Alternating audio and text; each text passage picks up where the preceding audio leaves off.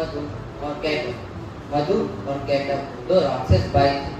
मधु और कैटक को वरदान था कि वे तभी मर सकते हैं जब वे स्वयं मृत्यु के लिए तैयार हो। भगवान विष्णु ने उन्हें मोह में डालकर पूछा कि वे कहाँ मरना चाहते हैं। दोनों ने उत्तर दिया, जहाँ जल न हो। तब भगवान विष्णु ने उन्हें अपनी जांघों पर लिटाकर उनका वध किया। मधु और कैटक का प्रतीकात्मक अर्थ, मधु यानी मीठा और सुख, कैटक यानी कटुता और दुख। ये मन के द्वंद्व के प्रतीक है। सुख दुख, राग द्वेष, इच्छा निच्छा आदि। यह असुर दर्शाते हैं कि जब मन विवेक में फंसता है तो आत्मा यानी ब्रह्म की रचना शक्ति अवैध हो जाती है। महिषासुर, महिषासुर एक महिष यानी भैंसे के आकार वाला असुर था। उसने ब्रह्मा जी से वर प्राप्त किया था कि कोई पुरुष या देवता उसे नहीं मार सकेगा।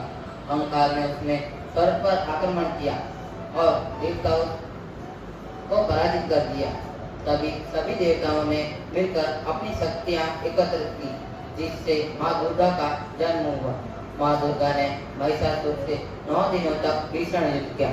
10वें दिन यानी विजयादशमी या दशहरा कहते हैं, महिषासुर का वध किया। इस कारण माँ दुर्गा को महिषासुर मर्दनी कहा जाता है। महिषासुर का प्रतीकात्मक अर्थ, महिष यानी भैंस, जो एक जड़ और तमोगुणी और अज्ञानी है। महिषासुर अहंकार, तमोगुण और जड़ता का प्रतीक है।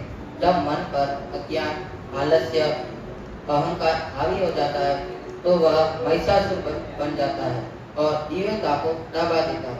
तो महिषासुर आधा भैंस और आधा मानव होता है। यह दर्शाता है कि वह पशु प्रवृत्तियों से भरा हुआ है, उसमें विवेक या चेतना का अभाव है। यह उस व्यक्ति या शक्ति का प्रतीक है जो केवल शक्ति उपयोग करके नियंत्रण करना चाहता है, बिना समझ या संवेदना के। महिषासुर की मूर्ति अक्सर देवी द्वारा मारे जाने की स्थिति में दिखाई दे जाती है, जिससे यह स्पष्ट होता है जब पशुता अंत पर बढ़ जाता है तो उसे देवता यानी देवी ही समाप्त कर सकती है। शुभ और निशुंभ ये दो राक्षस भाई थे जिन्हें चंडी पाठ में प्रमुख असुरों के रूप में वर्णित किया गया है। इन्होंने ब्रह्मा जी से अमरता नहीं बल्कि यह वर मांगा कि कोई पुरुष उन्हें मार न सके। इन राक्षसों ने तीनों लोगों पर अधिकार कर लिया और देवताओं को स्वर्ग से निकाल दिया। शुंभ ने देवी दुर्गा से विवाह करने का प्रस्ताव भेजा, जो उन्होंने ठुकरा दिया। तब उन्होंने देवी पर आक्रमण किया। उनके सेनापति धूम्रलोचन, चंडमुंड, रक्तवेद आदि को देवी ने मार डाला। चंडी रूप में मां ने चंडमुंड का वध किया, जिसमें वह चामुंडा कहलाई। अंततः देवी ने विशाल युद्ध के बाद सिंह, निशुंभ और फिर शुंभ का वध किया। वध करते समय देवी ने कहा, मैं ही एकमात्र शक्ति हूँ, मेरे अतिरिक्त कोई दूसरा नहीं। निशुंभ और शुंभ का प्रतीकात्मक अर्थ, शुंभ निशुंभ अहंकार और स्वार्थ के प्रतीक है। ये दोनों भाई देवी के सौंदर्य और शक्ति पर मोहित होकर उसे हासिल करना चाहती है।